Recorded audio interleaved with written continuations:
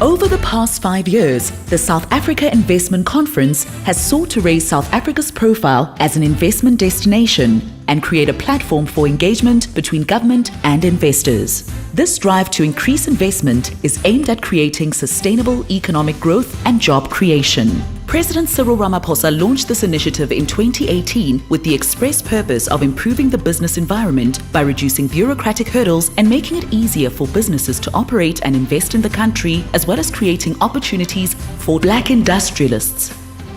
The implementation of policy reforms over the subsequent years and ongoing engagement with investors about the challenges that they face has supported business confidence and contributed to the announcement of over 231 investment pledges worth over 1.14 trillion rand committed, achieving 95% of the original investment target. Of the projects initiated, 85 have been completed and 76 are currently under construction. Last year, the 4th South African Investment Conference raised 367 billion in investment commitments, bringing our 5-year investment target firmly within sight. Over the last year, many of these commitments have resulted in the companies that made these commitments investing in new factories, call centers, solar power plants, undersea fiber optic cables. South Africa has one of the most open economies in the world. While the COVID-19 pandemic and geopolitical events have affected our prospects, many companies across the economy have shown resilience and are implementing their ambitious plans. Let us hear directly from some of these companies as they share how they've converted their pledges into economic activity.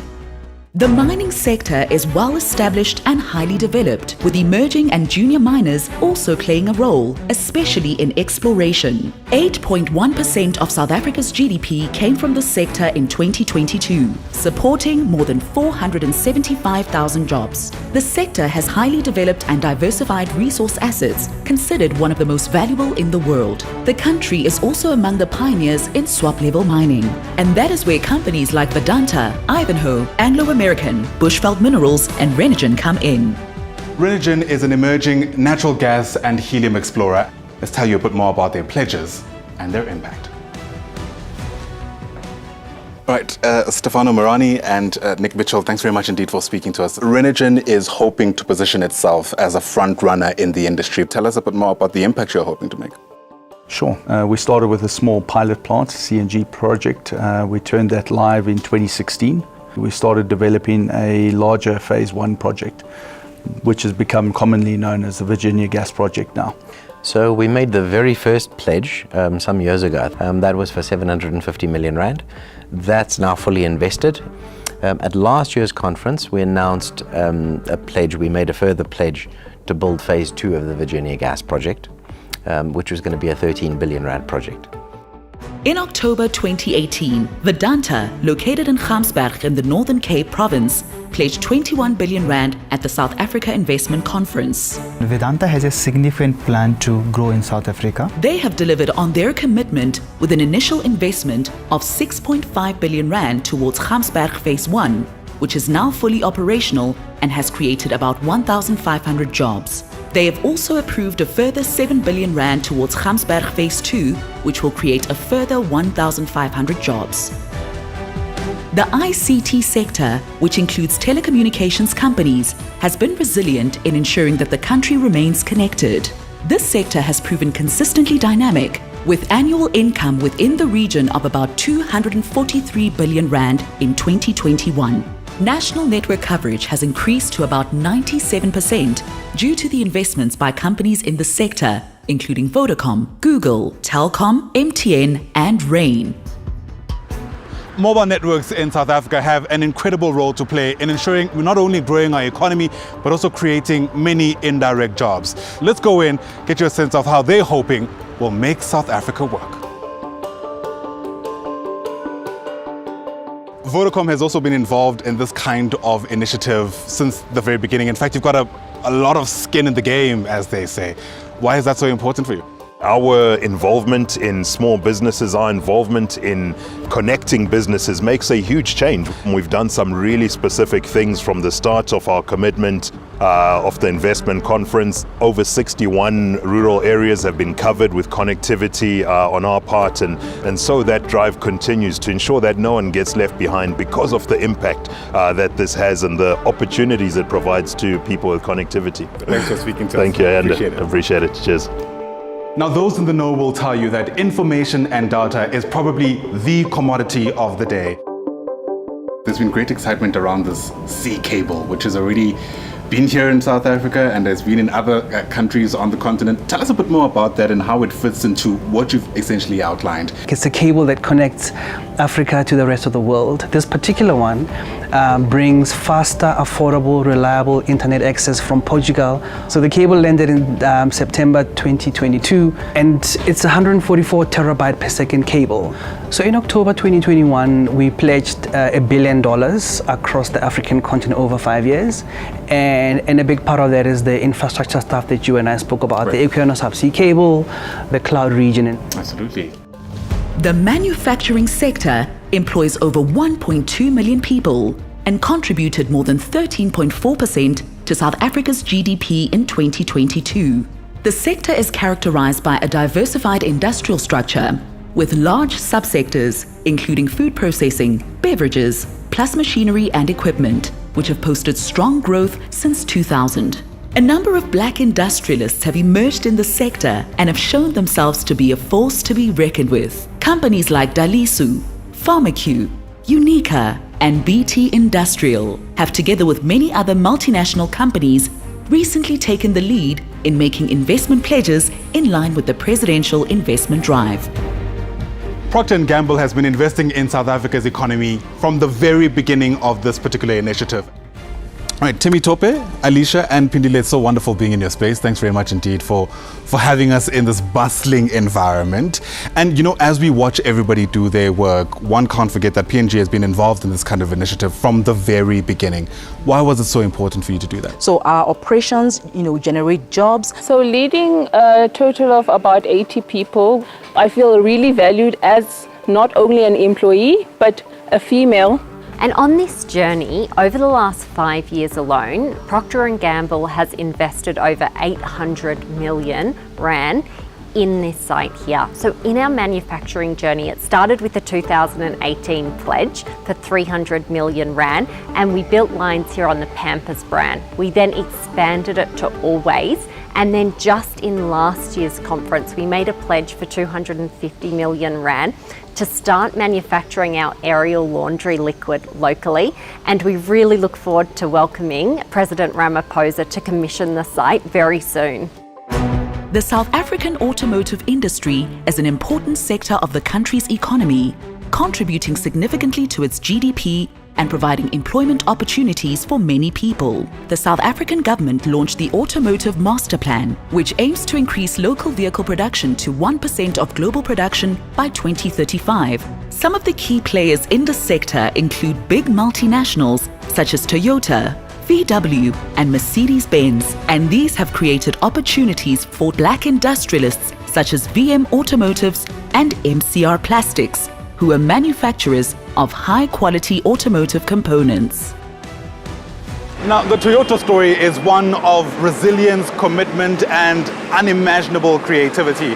The plant where we stand now wasn't even inhabitable just a few months ago because of a number of challenges. But let's find out what exactly they do.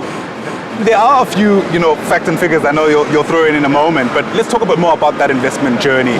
That Corolla Cross has been a big part of it. Take us through where it began and where it is now. Okay, so the project basically kicked off in 2019. It was a 2.6 billion Rand project. And basically we planned it for a 36-month project lead time. As we got into it, we decided to reduce it down to 24 months. So we had to launch by October 21. That was the plan to get it through. We had riots and we had the big one, the floods. We went through a hell of a lot, but we survived and we'll still continue to survive. Pharmaceutical companies played a critical role during the COVID-19 pandemic and supported South Africa in fighting the impact of a global health crisis. The adverse consequences of the pandemic, such as vaccine inequity and supply chain disruptions, have spurred companies to focus on localization and the opportunities it presents for growth. We're at PharmaQ and they work in the pharmaceutical space. So let's step inside, get your sense of what they do and how their pledge has been spent. Let's start by just understanding why it was so important for you to be part of those making this pledge.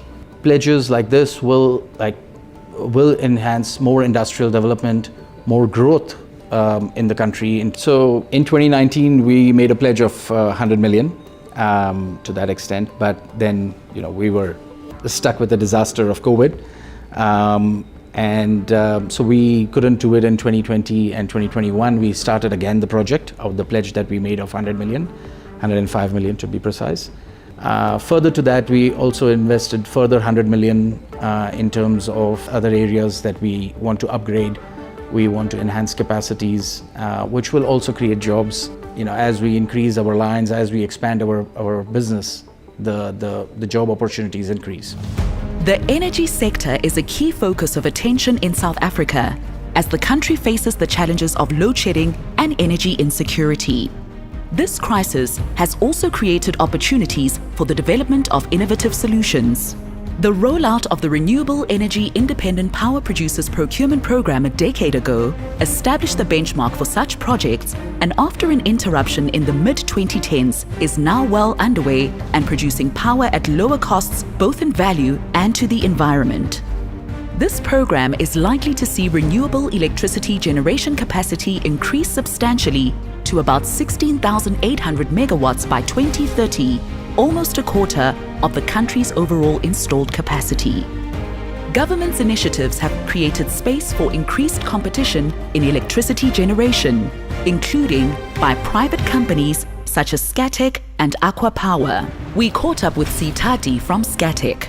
Thanks very much indeed for coming over. It's lovely to have you with us, especially because there is so much to be said about where renewable energy is. Let's talk about why it was so important for you to invest in this country through the pledge you've been able to make. South Africa is a core focus market for us for a number of reasons. One, we believe in the development trajectory of the country. We believe in the renewable energy procurement program. Our solar PV plant in the Northern Cape was actually the first utility scale solar PV to be connected to the grid, and that was back in 2012 already. And so we've been a very happy participant in the IPP procurement process, and since then we've even built 6 operating plants. So the pledge that we made last year at the investment conference was for 16.4 billion rands investment.